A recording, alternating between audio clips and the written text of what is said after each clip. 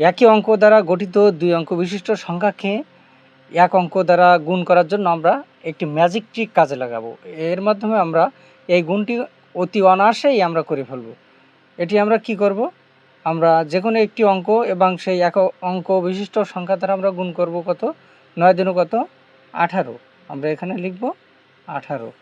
এখানে কত 3 8 24, আমরা এখানে 24 লিখব। এখানে কত 4 ছক কত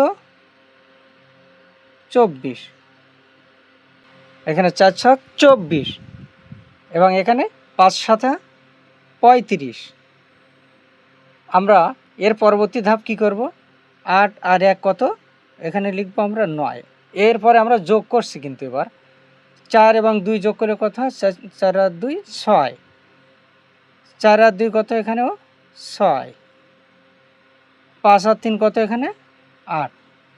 তাহলে 22 এবং 9 এর গুণফল 198, 33 এবং 8 এর গুণফল 264, 44 এবং 6 এর গুণফল 264, 55 এবং 7 এর গুণফল 385।